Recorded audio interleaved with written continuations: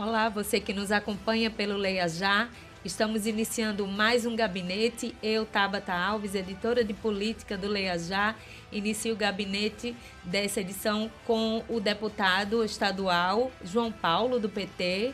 Obrigada, deputado, por o senhor ter aceito o nosso convite, por estar aqui nos estúdios do Leia Já. Tá uma alegria muito grande estar com um instrumento tão grande e tão poderoso, né, de comunicação como é o Leia Já. Então, é uma alegria estar aqui mais uma vez. A gente estava conversando, né, sobre sua atuação lá na Alep, como tem sido o clima, né? Tem tido algumas situações em relação à relação da governadora com o presidente, né, da Alep, Álvaro Porto. E o senhor tem dito que está mais tranquila Eu acho que é importante, em relação aos projetos, é, né? eu acho que é importante a gente compreender um pouco a conjuntura política, né? O atual presidente Álvaro Porto, do PSDB, do mesmo partido da governadora. Acho que houve dificuldades nessa relação do governo com a Assembleia Legislativa. Isso levou para um rompimento, não é? Um rompimento, e isso ficou claro com aquele vazamento Declarações, né, daquelas durante a sessão em que a declarações governadora estava. que o governador estava. Mas, apesar desse clima entre o presidente da Assembleia e a governadora, na verdade, os projetos essenciais para o Estado, a Assembleia não tem se negado a aprovar. Não é? Então, acho que isso é uma coisa. Agora mesmo nós votamos o empréstimo de 1 bilhão e 500 milhões de reais. Hoje, já na Comissão de Constituição e Justiça, aprovamos, vai para outras comissões. É lógico que o governo sempre tem dificuldades, mas, na essência, até hoje, nenhum projeto foi prejudicado, né? E acho que o que marca, talvez, essa conjuntura, aí sim, foi justamente a aliança entre o PSB e os bolsonaristas, não é? Isso foi um marco nesse segundo período da nossa legislatura. Por quê? Porque essa aliança ela colocou o deputado Coronel Alberto Feitosa na presidência da Comissão de Constituição e Justiça.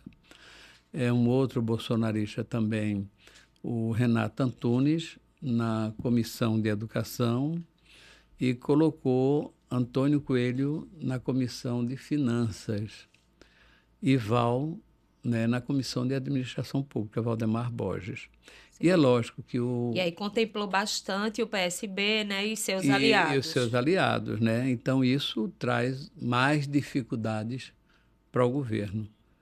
Mas, apesar das dificuldades, até agora não tem tido uma ruptura que venha impedir a aprovação dos projetos na Assembleia Legislativa. Eu acho que isso é positivo para o povo de Pernambuco, né? Apesar do seu partido na casa não fazer, né, não ser situação ao governo, o senhor tem se colocado bastante em apoio a diversos projetos da governadora, não só os projetos, mas como a gestão dela, né? Em alguns momentos o senhor se contrapõe, mas em diversos momentos o senhor está lá ao lado dela, inclusive em agendas com a governadora.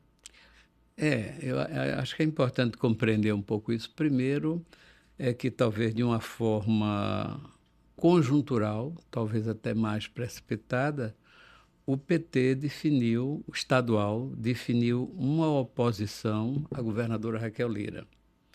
Isso numa conjuntura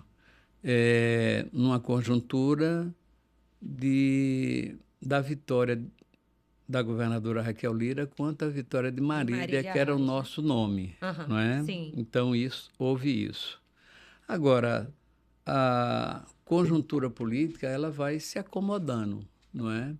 E acho que, a partir de algumas dificuldades da relação do prefeito do Recife com o PT, e Sim. aí talvez o ponto mais crítico tenha sido a indicação do vice, né? Eu acho que a forma até desrespeitosa como o prefeito tratou o PT.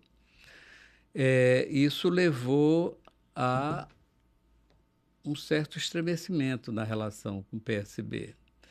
E, por outro lado, o que é que nós tivemos? Nós temos o apoio incondicional do governo do presidente Lula à governadora Raquel Lira. Então, ela sempre diz que o presidente Lula abriu a porta de todos os ministérios que ela bate, ela é muito bem recebida, e tudo que o governo pode fazer no sentido de garantir que os recursos cheguem a Pernambuco, o governo do presidente Lula tem feito. Então, você tem uma decisão da bancada estadual, do diretório estadual, mas você não tem uma oposição do governo do presidente Lula, que, por sinal, gosta muito da governadora, trata ela muito bem. Mas também tem uma boa relação e uma relação até melhor e mais próxima com João Campos, né? Tem uma relação também, porque o governo Lula é um governo muito democrático, ele não discrimina, independente de partido político, independente.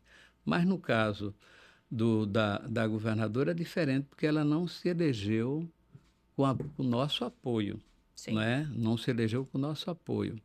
Mas ela tem feito esse reconhecimento e os projetos que não só sou eu, é a bancada, eu, Doriel e Rosa. Sim. A nossa posição lá é em votar todos os projetos que sejam importantes para o governo de Pernambuco e está em algumas ações que seja importantíssimo para o governo de Pernambuco. Então, eu falei aqui da importância do que as obras do Rio Fragoso, em Olinda, a Sim. PE 15, aquela que vai para Paulista, que está quase que totalmente recuperada, o projeto Morar Bem, né? É um projeto em que o governo do Estado entra com recursos para que se faça uma reforma dentro da casa. Eu tive em Brasília, no Pina, por exemplo, onde o projeto há uma ação de reintegração de posse para aquelas famílias lá, ali do Bode, no Pina, Uhum. e a governadora está entrando com a entrega, não é nem do título de posse, da escritura de mais de 2.000 casas ali, além do projeto de Que é uma moradia. expectativa muito antiga, né? Muito Daquela antiga, população muito dali, daqueles antiga. moradores. Então, que sentiu a ameaça de ser expulsas de lá. Então, são ações como essa que eu não posso deixar de apoiar, até porque eu tenho uma identificação ao longo de minha vida e de minha história com essa população mais carente em nosso estado. Mas, em contrapartida, o senhor também tem outras bandeiras que o senhor traz na sua trajetória, né? A exemplo da questão de privatizações, de concessões, como é o caso da Compesa, que aí vem pelo governo estadual, pelo governo Raquel Lira, e que o senhor tem se colocado contrário. Sim, Também tem algumas posturas em relação às negociações da educação, por exemplo, né? Da segurança pública, que ela tem enfrentado algumas dificuldades, né? é. Não, talvez seja importante colocar o seguinte: em relação ao projeto, que no caso não está nem colocado como É privatização, concessão, colocado né? como uma concessão, quer De dizer, setores, é, né? Da água e é, esgoto. mesmo tendo um avanço, que a gente poderia dizer que o principal pleito lá dos trabalhadores da Compesa, que eu acompanho há anos e anos, não é? Desde os anos 70, 80, que eu acompanho a luta dos trabalhadores da Compesa e hoje urbanitários, que era a CELP, Compesa e Chesf. Então, você tem ali uma primeira preocupação dos trabalhadores era que não houvesse demissão. Então, está garantido no projeto que não vai haver demissão e nem a Compesa vai continuar existindo. O projeto ele estabelece a concessão para a distribuição da água. Então, o Estado produz a água Uhum. e a empresa é quem vai comercializar essa água. Então, por que eu sou contra? Porque as experiências que nós tivemos no mundo inteiro de privatização ou de concessão não tem dado certo.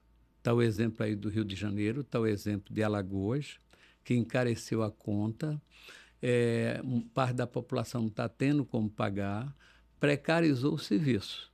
Então, eu sou contra, como também sou contra numa dimensão, né, que para mim também é muito grave, que foi a concessão, aí sim, privatização dos parques da cidade do Recife, 4 parques, né? Principalmente o Dona Lindu, que os artistas e tal já estão Se sentindo na mobilizando, pele né, o para que é esse reajuste.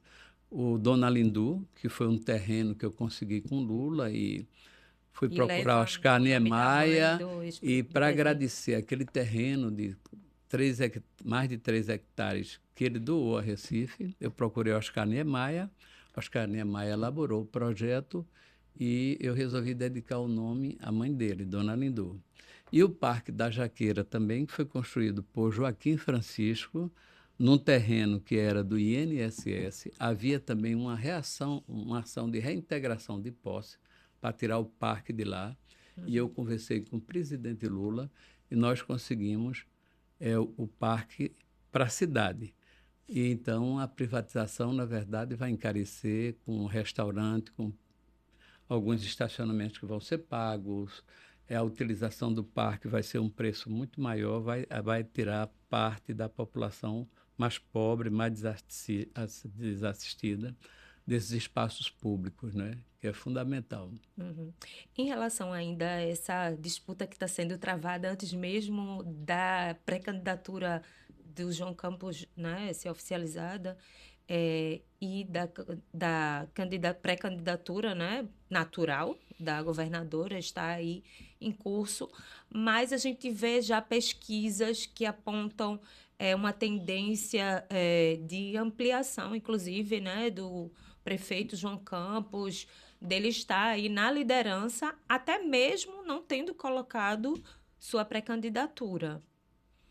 Não, acho que a gente tem que entender o seguinte, veja bem, para que está mais liderando as pesquisas de que estava Marília na eleição passada para governador, né?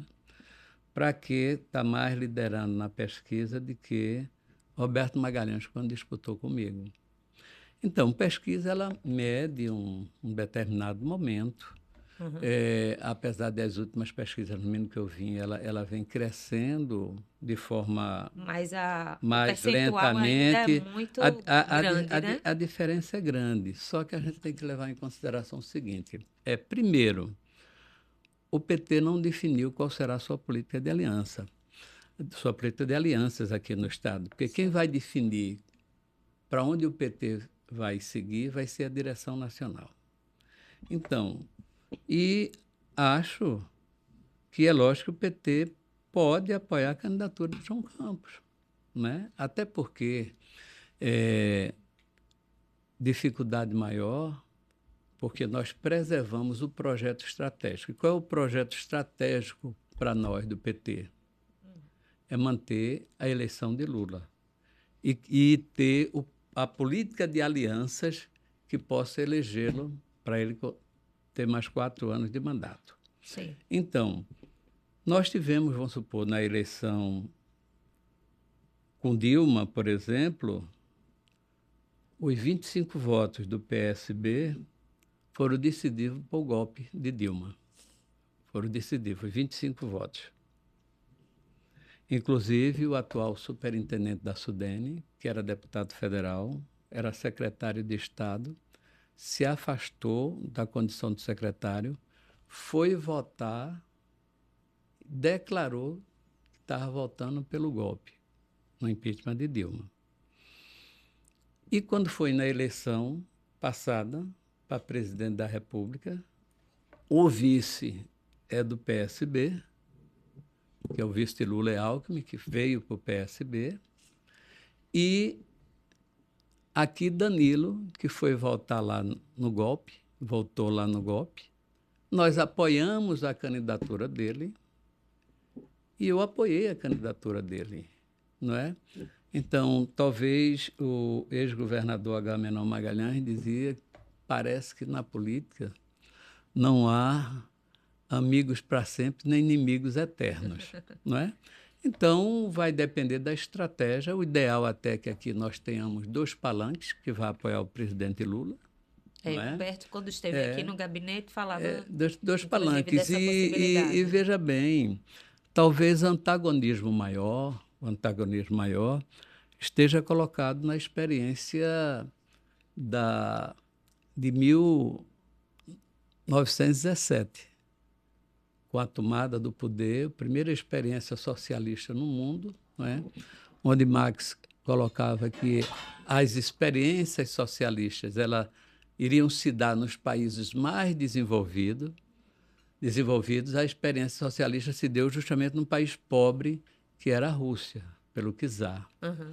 E lá, qual é o grande ódio do sistema capitalista? É que lá, na Revolução de 17, né, Revolução Socialista, se desapropriou as terras, se fez uma reforma agrária ampla, desapropriou as indústrias e desapropriou os bancos. Então, isso é imperdoável para o capitalismo.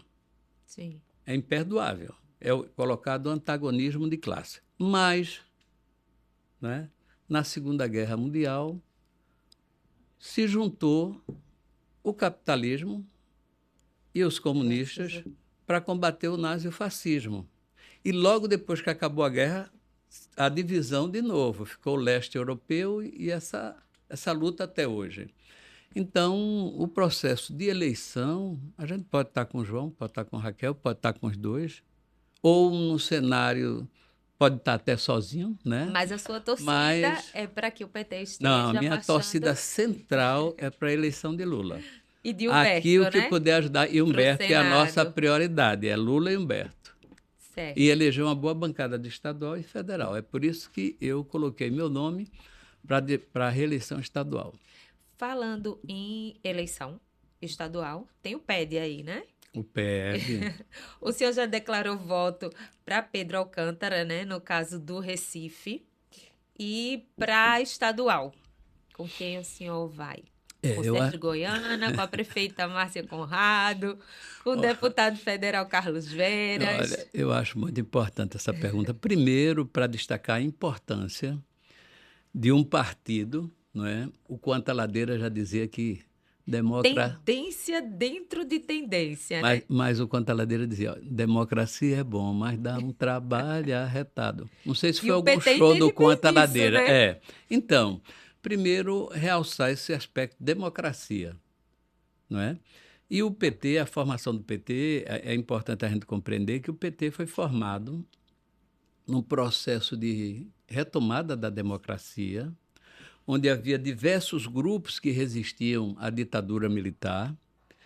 Então, eu venho do movimento de igreja, venho de uma organização comunista revolucionária, mas o PT foi composto por isso. Sim. Mas representante do movimento estudantil, representante do movimento universitário, dos setores progressistas da Igreja Católica, como JOC, ACO, pastorais operárias, grupos comunistas revolucionários. Então, o PT é essa caixa vibrante de democracia. O PT é essa caixa vibrante de democracia. Então, nenhum partido no Brasil, e nós somos o maior partido da América Latina, nenhum partido tem um processo para a eleição dos seus dirigentes de forma direta, não é? Então, aqui nós temos um quadro de nomes colocando, os grupos que têm visão clara, como é a melhor forma de conduzir o PT, e aqui em Recife eu defendo a candidatura de Pedro Alcântara. Por quê? É uma liderança nova. É uma liderança jovem, reciclada, que tem uma proposta nova de construção partidária, uma proposta enraizada nas bases do partido, onde você não é filiado ao partido como uma garrafinha que vai lá só para votar no quem você está indicando. Mas uma das coisas que sempre mais me marcou no partido foi a possibilidade de formação do povo brasileiro. Você ter um operário de fábrica, pronto, eu fui operário de fábrica durante muitos anos. Não é? Você ter uma dona de casa, uma doméstica, um trabalhador da construção civil que discute política, discute proposta, discuta tese, entendeu? Então, isso é um processo muito, eu diria, salutar para a democracia.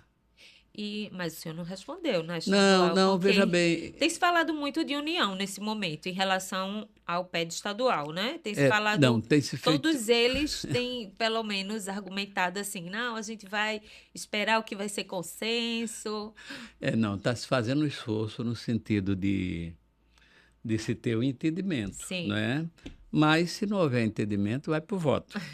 Então, nós temos o nome de Carlos Vera, mas o problema de Carlos Vera é que ele é secretário-geral da Câmara Federal. sim.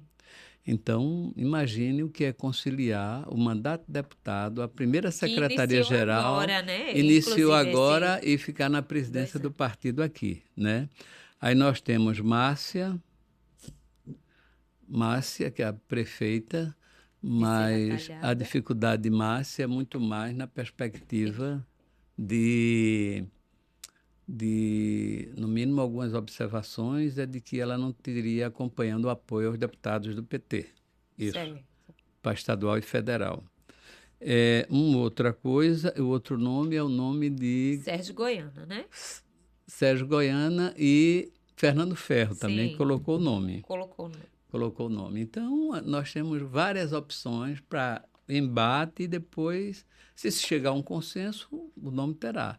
Se não, teria um consenso em nome do presidente, mas as chapas, onde a participação Sim. nos diretórios é proporcional ao número de votos que a força política tenha. Então, é a democracia complexa. Vamos falar então de escala 6 por 1. O senhor tem feito a defesa disso, né? Desse projeto. Tem sido discutido muito em sociedade também, né? Tem tido muita defesa, mas tem tido a contra-argumentação, aquela velha contra-argumentação de que não teria dados econômicos, de que isso impactaria na economia negativamente. Olha, eu acho que para discutir isso, eu falo isso com muita, talvez até me considerando com muita propriedade para falar. Porque, primeiro, eu venho do movimento operário, não é? Fiz movimento clandestino dentro de fábrica, fui membro de CIPA, Comissão de Negociação Sindical, fui presidente do Sindicato dos Metalúrgicos, presidente da CUT, membro da direção nacional do partido. Em 78, eu estudei na Europa com Paulo Freire, 6 meses, e passamos 3 meses na França, estudando economia, geopolítica, estratégia e conversas com os partidos políticos europeus de esquerda e com as centrais sindicais. Sim, Então, nós vivemos um período de ultraexploração da classe trabalhadora. É importante lembrar que nós estamos vivendo uma disruptura tecnológica, onde milhares de profissões estão desaparecendo. Há toda uma exigência e uma habilidade para os novos trabalhadores. O perfil é totalmente diferente. Eu digo isso que eu trabalho no meu doutorado. E por outro lado, a luta por 8 horas de trabalho, veja bem, o 1º de maio tem origem nas lutas operárias por 8 horas de trabalho em 1886. E você imagine o avanço tecnológico de 1886 para hoje. Então, a escala 6 por 1 é a ultraexploração dos trabalhadores. Essa coisa de dizer que não tem viabilidade econômica, isso eles colocaram também com a escravidão. Eles queriam manter a escravidão a todo custo, quer dizer que não tinha base econômica. Então, a luta pelas 6 horas é uma luta por dignidade, porque na vida não é só trabalho. Nós hoje temos condições tecnológicas de cada trabalhador trabalhar só 2 horas por dia, você ter uma vida saudável, tempo para dedicar ao estudo, à cultura, à família, às artes. Por que que o trabalhador não tem direito? Até porque é importante frisar que, do ponto de vista econômico, não há riqueza sem o trabalho do trabalhador. Se a gente dá uma olhada aqui, ó, tudo aqui é a mão do trabalhador. A taça, a água chegar até aqui, o paletó, a caneta, o papel, a máquina fotográfica, seus óculos, meu relógio, tudo é fruto da mão do trabalhador. Então, o que é que nós queremos? Nós não queremos nos apropriar do que é chamada mais-valia. Os altos lucros dos grandes empresários dos bancos, da iniciativa privada, uma participação maior para ter direito à vida. Veja bem, para quem acredita, eu vou abstrair aqui a minha posição, para quem acredita no céu, para quem acredita na reencarnação e quem acredita na ressurreição. Então, imagine que o direito da dúvida é sagrado, concorda comigo? Sim. Se não existir a ressurreição nem a reencarnação, que é no mínimo é que a ciência aponta. Aí a base de algumas pessoas... Aí significa que uma pessoa vai nascer e morrer sem direito à educação, sem direito a uma casa, sem direito à saúde, sendo vítima, entrando no mundo do crime por falta de possibilidade, não ter acesso, não saber ler. Então, esse tipo de mundo é isso que eu combato. Aí eu vou para o enfrentamento mesmo, né? Então, eu estou nas lutas sociais, estou em greve. Nas campanhas mesmo salarial dos metalúrgicos, 3 horas da manhã eu estou saindo para ajudar nos piquetes em porta de fábrica para melhorar a vida dos trabalhadores. Então, é uma luta permanente e é lógico que há uma necessidade de uma maior concentração na educação, não é, do trabalhador para dar condições a ele dele se preparar para essa nova etapa e essa disruptura que o mundo está vivendo. A quantidade de profissões que estão sendo extintas é uma coisa jamais vista ao longo da história da humanidade. A quantidade de pessoas exaustas, né? Exausta, tensão, estresse e pela cobrança, né?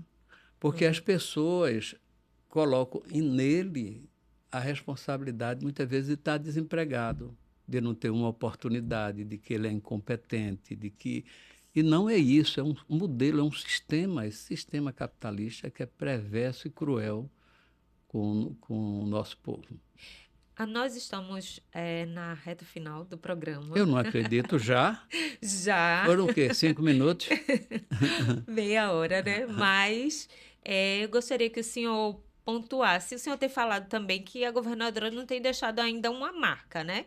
Nesse momento ainda não tem uma marca dessa gestão da governadora Raquel Lira. O senhor aposta em quê? Que essa marca vem? Qual pode ser essa marca que ela deixará? Olha, eu acho que está faltando essa marca mesmo, né? Mas, para ser bem sincero mesmo, eu falei isso já. Eu tenho identificação muito grande com ela, que ela poderia até utilizar o meu slogan, a grande obra é cuidar das pessoas. Por quê? O senhor tem observado que ela tem cuidado? Porque há uma identificação, e por isso que eu estou convivendo mais de perto, né? Sim. Há um compromisso na equipe muito grande de doação das pessoas que trabalham com ela, que eu sinto muito parecido com os companheiros que trabalharam na minha gestão. Do senhor. Compromisso de estar com os mais pobres, de estar resolvendo problemas, de resolver problemas, não é? Então, eu acho que está faltando ela dar uma dimensão, tipo Lula, quando fez. Aí fez o PAC. Sim. PAC da saúde, PAC do desenvolvimento, PAC da educação, etc. Então, eu acho que está faltando essa marca. Mas, do ponto de vista concreto, eu acho que ela está com bastante coisas significativas e retomando obras que estavam sem perspectiva de serem executadas já de algum tempo. Aí eu falei aqui, ó, PE15, PE60, Rio Fragoso, as obras nas comunidades. O senhor conhece bem de eleição. É um bom estrategista sobre eleições, já passou por muitas e se deu bem. O que o senhor aposta que 2026 vai ser um jogo bem difícil, né? Para os dois lados. Mas qual é a sua aposta? Olha, eu acho que apostar agora, eu acho que, apesar de João estar liderando a pesquisa, mas eu acho que Raquel tem grandes chances de ganhar a eleição, de se reeleger. Porque, primeiro, ela vem crescendo, não de uma forma acelerada, mas ela vem crescendo. Eu acho que tem uma simbologia muito grande do ponto de vista da perspectiva do poder, que é ter, pela primeira vez no estado de Pernambuco, uma governadora mulher. Uma primeira gestão e uma E, governadora e uma e vice, né? uma vice-mulher, não é? Eu acho que isso, do ponto de vista da simbologia, nós não podemos quebrar como foi quebrado com a presidente Dilma, a primeira presidente do país. Acho que ela tem esse sentimento, tem esse compromisso, tem trabalhado muito, não é? E eu acho que, agora, eu acho que ela é candidata à reeleição independente. Agora, eu não sei se nenhum cenário se modifique melhor para ela, o atual prefeito será candidato. Mas vou resgatar aqui aquela conversa que eu coloquei, né, colocando Agamenon Magalhães. Na política não há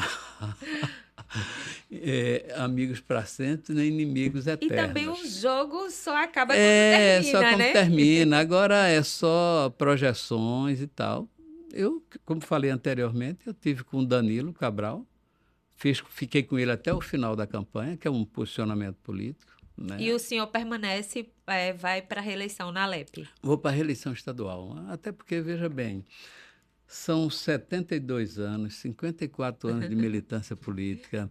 Eu fui deputado federal. Quando fui federal, fui o federal mais votado do PT do Não tem Brasil. vontade de voltar para Brasília, não? Deus me livre.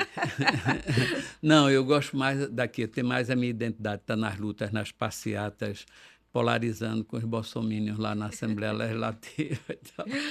É o que eu gosto mais De de atuar por fazer. aqui, por Pernambuco E mesmo, além né? disso, o doutorado ainda, o Sim. inglês, é uma agenda muito pesada.